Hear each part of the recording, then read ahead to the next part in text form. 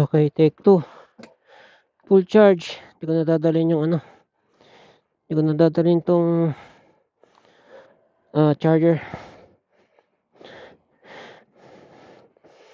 97-98% na naman.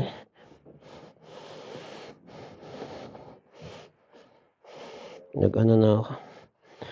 14.5 amperes. Almost max na yun.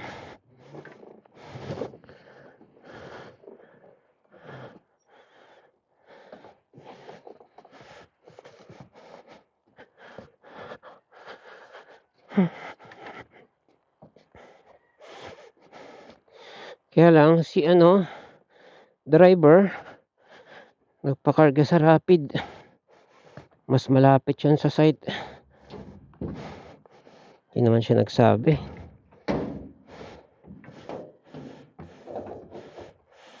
Habulin ko ngayon siya.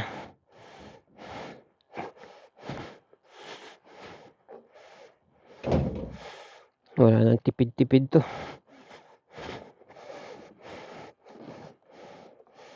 Diretsuhan na to. Let's go. I hope may quit yung yan.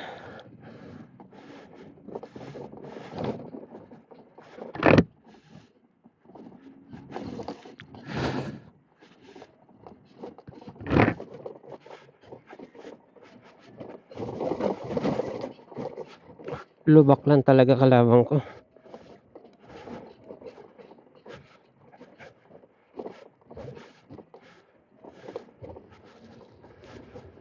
Kalawa tayo sa Blue Mountain.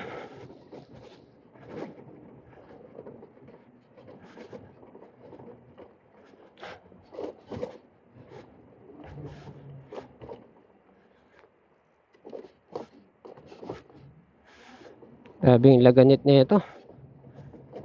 Kailangan itong malangisan. Magrasahan pala. Sa pantaha ko, pasok tayo.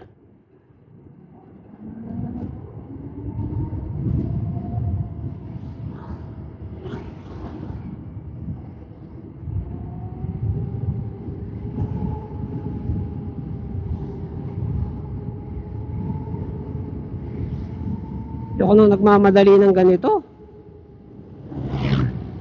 Chill lang tayo, chill.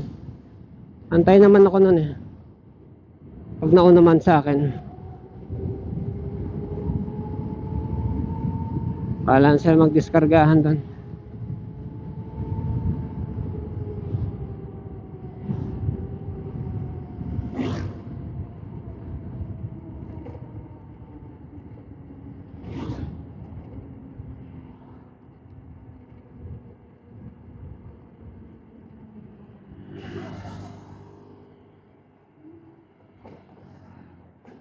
Chill lang, chill. Piling ko malalaglag yung cellphone. So ako ay putek, di ako nakapag nakakalimutan ko mag-reflector. Ito lang. Balik, alam na naman nila itsura ko. Pero naka ako ngayon, naka hoodie. Mas makapal kasi tong hoodie dun sa black Medyo kontra lamig. Kalimutan ko mag-reflector. Sagwa talaga ng shock absorber nito ng keso sa harap. Sagwa.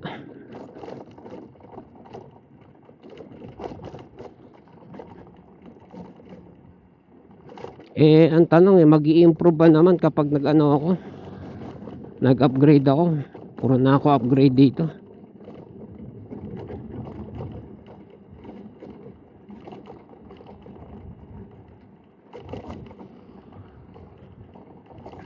Kasi nung nagmotaro ako, may improvement ba? Meron, pero hindi mataas. Parang kung dati yung scale of 1 to 10, ang shock absorber na stock is 1 to 2. Ngayon 3. 2 to 3, parang ganun. Sige, 3 to 4. Basta ang baba, ang konti lang ng in-improve. Ang the best talaga is ADB. Yung talaga GIS yun. In terms of comfort, talbog, ewan ko lang durability Grabe yung heads up niya sa akin layo nun malapit na siya sa quarry, sa site alam ko lang, sana pala nag-antay na lang ako sa site.